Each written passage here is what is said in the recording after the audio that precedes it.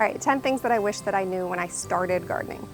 The first one is that it does not have to be so complicated. When I started out, I read like every book I could get on the subject. I read about companion planting and interplanting and succession planting and season extension, vertical growing, permaculture, like everything I could get my hands on. Like I read it all. I wanted to know all of it because I figured that if I knew everything, then I would be the most successful gardener that I could be. But what ended up happening was I just got so overwhelmed and I didn't know, like some of them are a little bit conflicting. Some of them just didn't really suit my style. And quite frankly, it just overwhelmed me. And really at the end of the day, growing food, you don't need to know all those things. Sure, they're all nice. They're all like interesting things that you might want to get into once you have the foundation. But really, gardening is not that complicated. You don't have to learn about all of these different techniques to have a successful garden. So that's my first recommendation is don't try to overcomplicate it from the beginning. Get plants that work in your climate. So find plants that work well for you and learn how to keep them alive. That's it. That's all you have to do at the beginning. And then once you get, you get confidence and you realize that, wow, I can do this and I want to go to the next level. I want to learn more. Then you can start to learn about some of these other techniques if you want to. You don't have to. So that's my first recommendation is just, it does not have to be so complicated. Stick to the fundamentals from the beginning and you will do just fine. All right, the second thing is that gardening does not have to be a part-time job if you don't want it to. I think a lot of us at the beginning, or I certainly did at the beginning, was I looked at a large garden and I equated that to be a ton of work and a ton of effort. And while a garden can be a lot of work, it doesn't have to be. You ultimately get to decide how much time you want to spend, what kinds of things that you want to do in the garden, and really how much effort, how much time you're putting into it. So know that you are in control as the gardener. You don't have to let your garden dictate to you what you need to be doing. You can decide. You're ultimately, it's your garden. You can make that decision for yourself. I have a pretty huge garden right now, and I only spend, I don't know, couple hours a week on it. I would say in the summer. I spend more time in the spring, certainly, in the fall.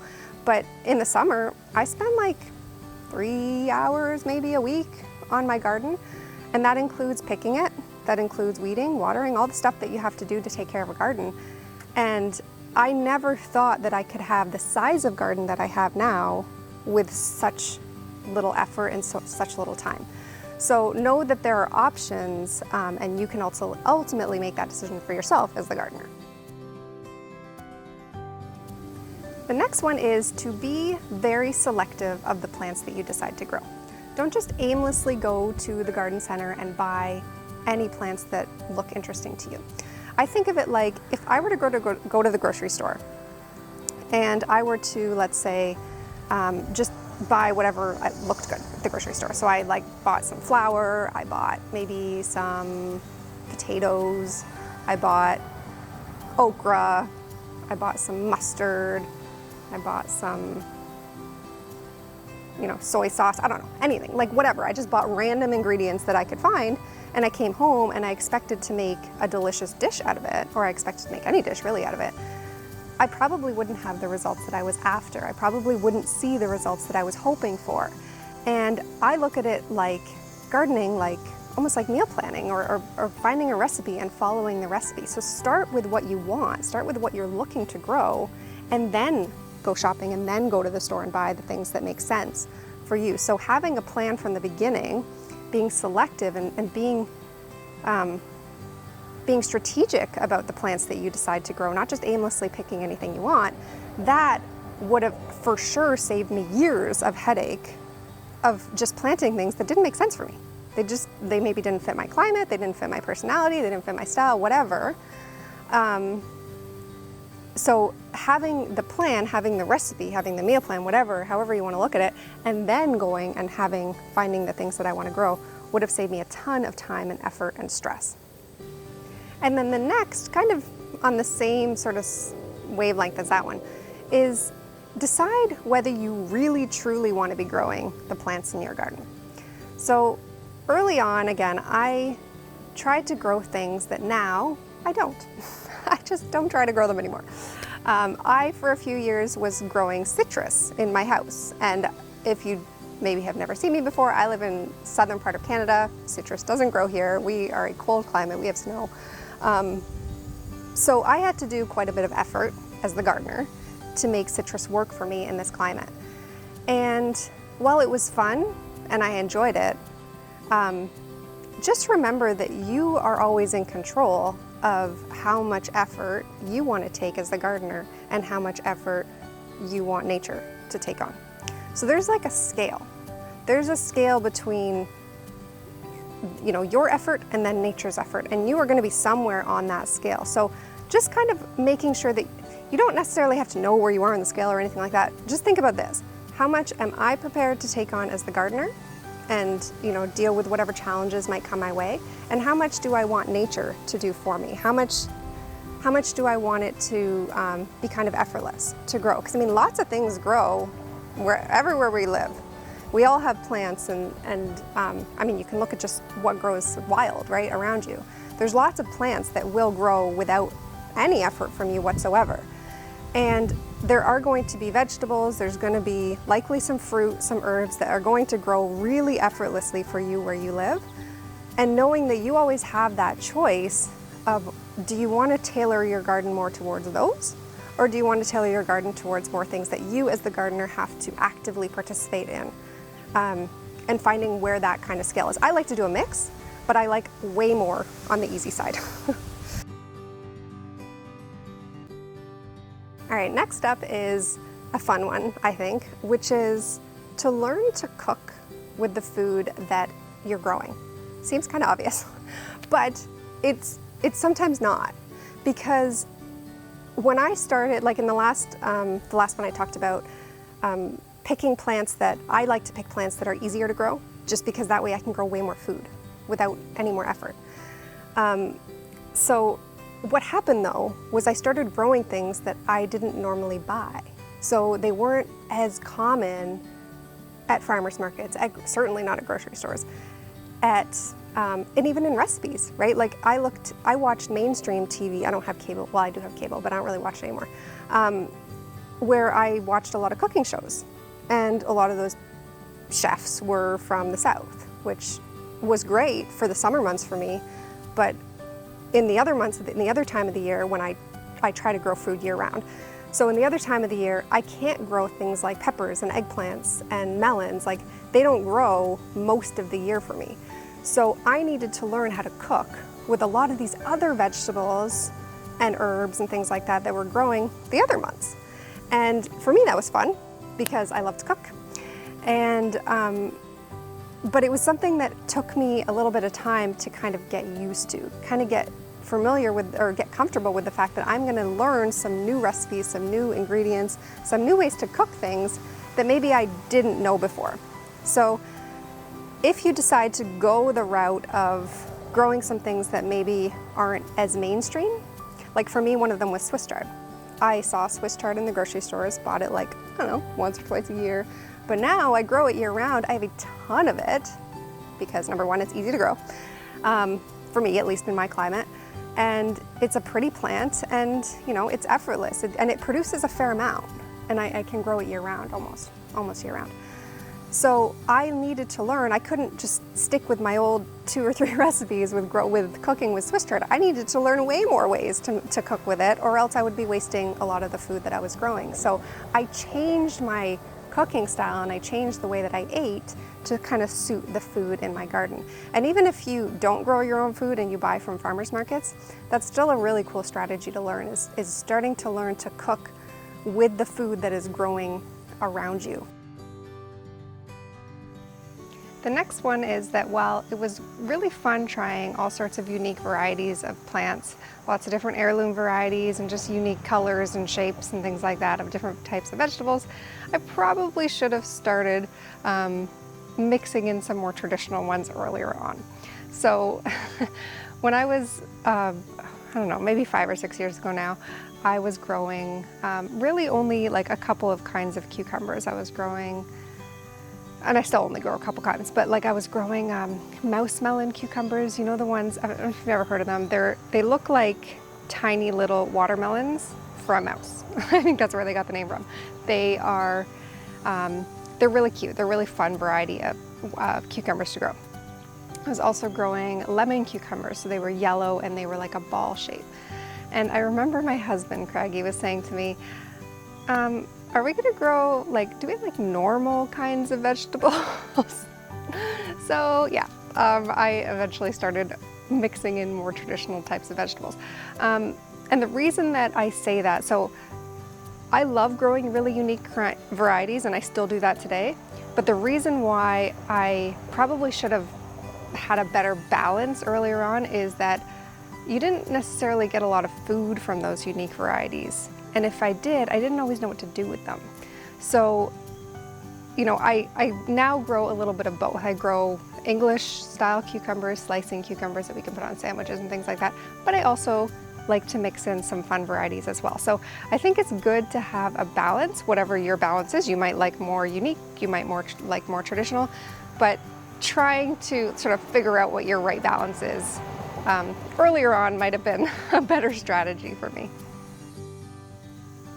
And then the next one is that I thought that my gardening days would be just filled with weeding, watering, and that's all I would do all day long. And it's because I saw so many other people spend so much time doing that. And I think that that's just a perception when you're starting, or in the earlier days, that it needs to take up all of your time to weed and water. But in reality, it doesn't have to take a ton of time. There are plenty of tips and techniques to make both of those things so much easier, take so much less time and less stress, and it will just, you know, for me, I enjoyed gardening so much more when I didn't spend all of my time weeding and watering, because, you know, those aren't the most exciting parts about gardening. I do have a link actually to a free, it's a free guide. It talks about some of the different types of overwhelms that you can experience when you're gardening, weeding and watering being two of them. So if you want that, there'll be a link down below this video if you want a copy of that as well. And then, as much as I sort of anticipated, you know, watching nature grow and seeing the transformation of, you know, seed to plant to food, until I actually started growing my own, I didn't quite appreciate, you know, the awe, the you know, the feeling that it would get, that it would make inside of me. Until I started growing my own food, I didn't quite appreciate it. I knew about it, and I knew that, you know, nature was wonderful and I appreciated food, but not to the same degree that I did when I started growing it myself. I still, to this day, you know, it's so exciting for me when I start seeds, whether I start them inside in the winter, or in a greenhouse, or wherever I start them, or in the summer if I'm starting a fall garden. I just did that. It's like, it's such an amazing experience to just watch a seed turn into a seedling. And I've been doing this for a long time now, and I'm still amazed, and I'm still just in awe every single time that I see it happen. It's such a wonderful experience. And honestly, the fact that I get to take part in that experience with my kids now, I have a 2-year-old and a 4-year-old, and they get to experience watching plants grow and seeing where food comes from, and just watching the wonder of, you know, my daughter was saying, you know, we were planting, I don't know what we were doing with tomato seeds. Oh, I was saving tomato seeds. And I said, you know, I'm gonna save some of these tomato seeds because they're gonna grow us new tomatoes next year. And I showed her, I said, look at all these tomatoes that are on this plant. One little tiny seed out of one little tiny tomato is gonna grow a whole new plant next year. And we did the same with kale, and she was super excited about that as well. So it's pretty amazing, and it's just a different experience, I feel like, when you grow your own. So I'm sure that if you also have a garden already, you can probably appreciate where I'm coming from. But that was one that, I don't know if I wish I knew it before I started gardening, but it was one that I didn't know until I started gardening, for sure. Okay, I just have a couple more, and I think they're really gonna help you. This one is that I wish that I was more selective of the advice that I was taking from other people early on. And let me explain this one, because it might sound a little confusing when I first say it. So when I feel like when you start a new hobby, and certainly when you start gardening, that it seems like everyone has advice to share. And it's wonderful. It's a wonderful thing that everyone wants to give advice. But your neighbors, your friends, your family, the people at the garden center, people online like me, like everyone has advice to share. But no, remember that they're not you, right? So ultimately, at the end of the day, you get to decide what advice to take and what advice not to take. So it's helpful if you have advice from someone who understands that, who can tailor the advice that they're giving you to your particular wants and needs. So I'll tell you an example of when this happened to me in my early days of gardening. I had put up a picture on social media, I think. I don't remember where I put it, but I had a picture of a kale plant, and it had pest damage. So I started growing kale. It was one of the first things that I grew. I knew I wanted to grow it, and I still grow it today. But the challenge was that I had this pest. There was a bug eating all of my kale plants, and I had thrown up a picture on social media, not asking for advice. I just was talking, and I think might have even been in a video. I don't actually remember. But I wasn't looking for any advice, but I had people come to me and give me advice on what I should do about this pest. And they said, oh, just use BT. That's gonna solve your pest problem. And I remember thinking about that, and I kind of battled with it a little bit at the beginning, because I had heard of it, because I learned from farmers. I learned how to grow food from farmers. So I learned like the farming way of gardening early on, because that's just the approach I took. So I knew a lot of these pest strategies, but I knew that I didn't really want to do that. I didn't want to spray, or in this case, dust my plants with a pesticide. I have a huge garden that I don't put a single spray, dust, nothing on my plants actively. Like I don't do anything actively week after week on any vegetable or herb plant, or even most of the fruit. I do have on a few fruit plants, but other than that, like nothing. That's not how I want to spend my time. And if I had just taken the advice from this very well-meaning person to just use BT on my plants, I might have been doing and spending my time doing something that I really didn't want to do. So that's what I mean by being selective about the type of advice you get. They don't have your garden. They don't have the same climate as you. Maybe they do, maybe they don't. But they also don't have your same preferences. They may have a different style. They may have a different amount of effort that they want to put in than you. Maybe more, maybe less. So just remember that you ultimately get the choice as to whether you want to take that advice from someone or not. So if you're taking advice from someone who isn't sort of filtering the information that they give you, just know that you need to be the filter to decide whether or not that advice is going to be right for you. And then finally, the last one that I wanted to leave you with is, you do not have to be a master gardener to have a garden. And this was hard for me to take personally myself. This was like the biggest challenge. I felt like, I'm actually kind of not super competitive, but I'm competitive enough. But more so than that, I'm a bit of a perfectionist. I like things just so. I like to follow the rules. I like following a step-by-step approach. It's just knowing that like I can do it any different way, lots of different ways of having a garden and still have a successful garden. So I stopped looking for perfection. I stopped looking for perfect looking plants, perfect looking food, and thinking that was the only way that I was doing it right, was if I had perfect plants and perfect looking food. I took a step back and I was like, I don't need those things. Like for me personally, my goal of having a vegetable garden is to grow my own food at home. So I have good quality, local organic food in my backyard. That's why I grow food.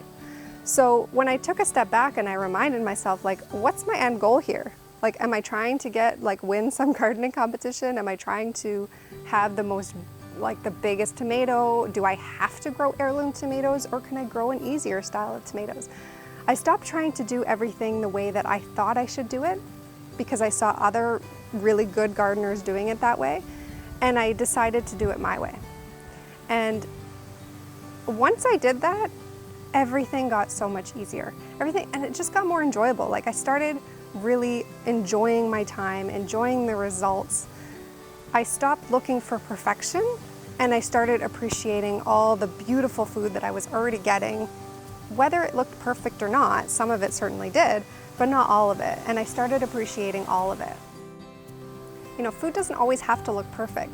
So as soon as I started understanding that and actually appreciating that food and plants are not perfect, they're not clones of each other. We're so used to seeing what's in grocery stores and seeing like perfect looking produce, no blemishes, like blindingly shiny apples. Like, that's not necessarily how food grows. Yeah, some food and a lot of food that I grow looks beautiful, but not all of it.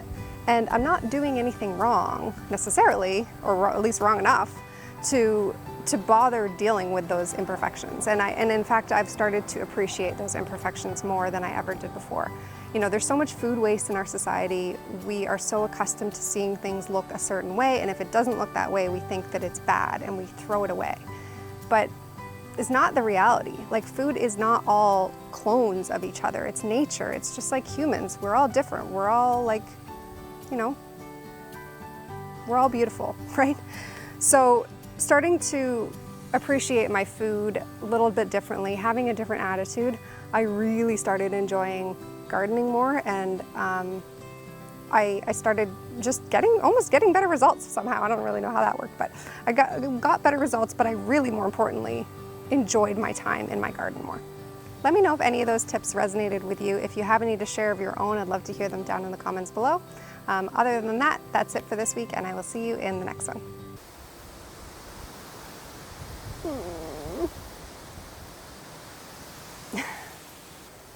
I kind of equate it to, and if I go a little seedling and then to a big plant, I'm almost done.